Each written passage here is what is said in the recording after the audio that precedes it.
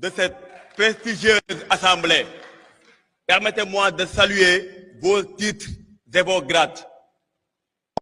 Mesdames, Messieurs, chers combattants de la liberté, Monsieur le Premier ministre Ousmane Sonko, les années que nous venons de traverser resteront à jamais gravées dans la mémoire de notre nation.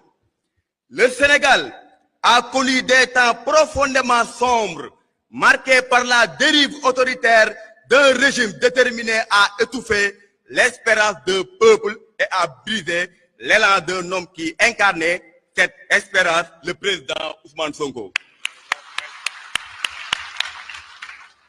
Face à cette adversité, face à cette tentative de confisquer notre destin, la nation sénégalaise s'est dressée, consciente que la résignation que nous condamnerait à des années supplémentaires d'injustice.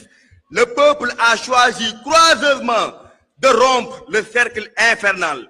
Ce chemin vers la liberté fut semé de sacrifices. Nous avons vu tomber des fils et des filles de ce pays. Nous avons vu des corps meurtris, des vies volées, des blessés, des handicapés à vie. Nous avons entendu les cris étouffés dans les commissariats, dans les gendarmeries et les prisons. Nous les avons vus endurer et nous avons enduré avec eux. Et pourtant, avec une dignité inébranlable, nous avons tenu. Et s'il fallait recommencer pour un Sénégal juste, plus équitable, plus humain, nous le referions sans hésiter.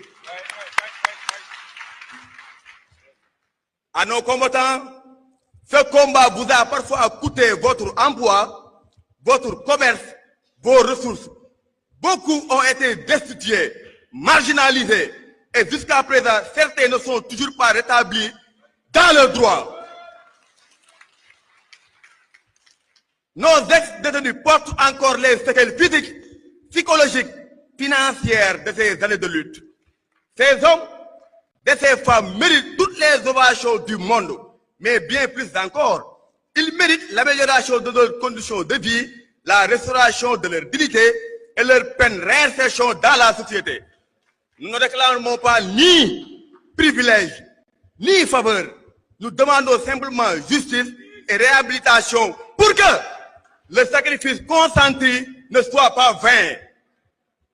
Pour nos martyrs, le point le plus essentiel, celui qui nous habite aujourd'hui avec le plus de force, demeure la